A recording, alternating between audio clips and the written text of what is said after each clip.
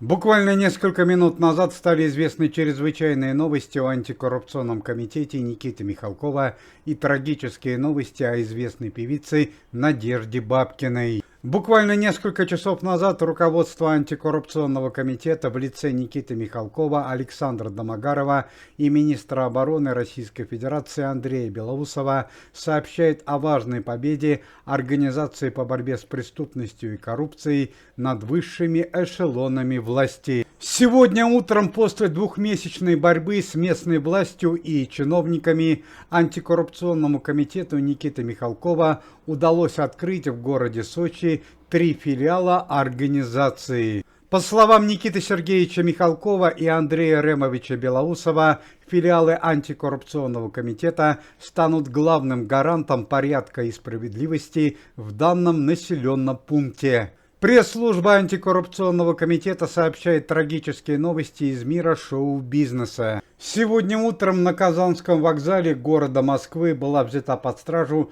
известная российская певица Надежда Бабкина по статье «Нанесение тяжкого вреда здоровью человека, повлекшему его смерть». Как стало известно, трагическое событие произошло прошлой ночью в фирменном поезде Москва-Калининград. Надежда Георгиевна возвращалась в Москву с гастролей. Причина происшествия – личная драма певицы. Еще год назад Надежда Бабкина рассталась со своим молодым человеком, российским музыкантом по имени Евгений Гор. Все это время Надежда Георгиевна находилась в поисках новой любви и романтических отношений. 3 месяца назад 74-летней певице наконец-то улыбнулась удача. Во время музыкального конкурса, находясь в жюри, Надежда Георгиевна познакомилась с молодым российским оперным певцом 28-летним Николаем Фонаревым.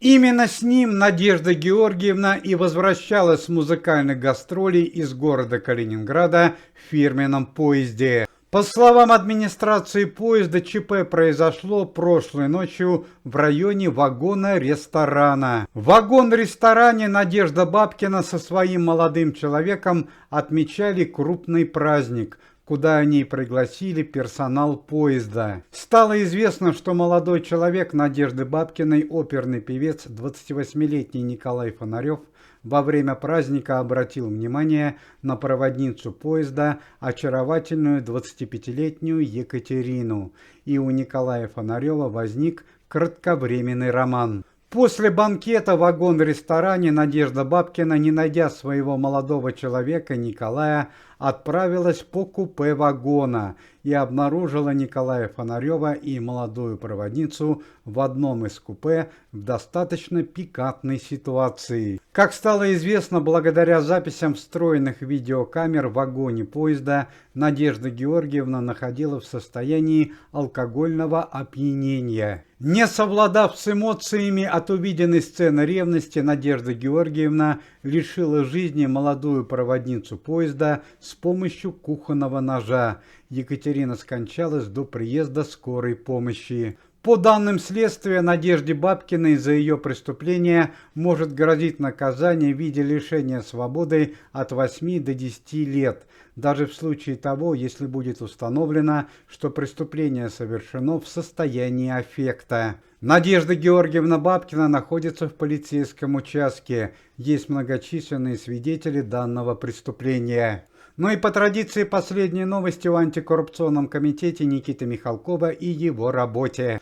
Завтра сотрудники антикоррупционного комитета отправляются на Кунцевское кладбище столицы, чтобы почтить память сына министра обороны Российской Федерации Андрея Белоусова Семена, который трагически погиб месяц назад в зоне спецоперации. К слову сказать, что у Андрея Ремовича Белоусова 2 родных сына – Павел по профессии историк и Семен, офицер ВДВ, который месяц назад героически погиб на спецоперации. Организация по борьбе с преступностью и коррупцией во главе с Никитой Михалковым внесла предложение уменьшить стоимость услуг маршрутного такси во всех регионах Российской Федерации на 50%.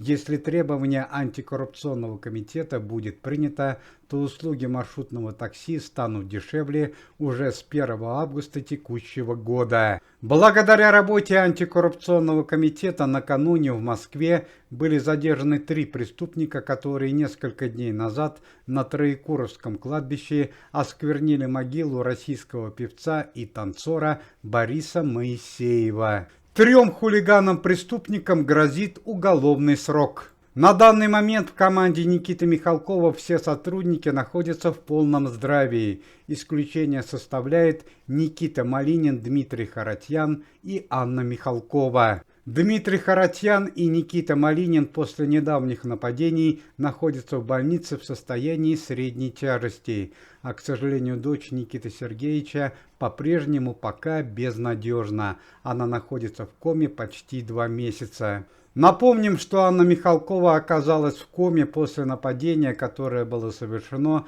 3 месяца назад, в тот момент, когда Анна Михалкова выходила из подъезда своего дома. Уважаемые зрители, если вы желаете выздоровления членам комитета и поддерживаете их деятельность, то можете поставить лайк под видео и написать поддерживающий комментарий.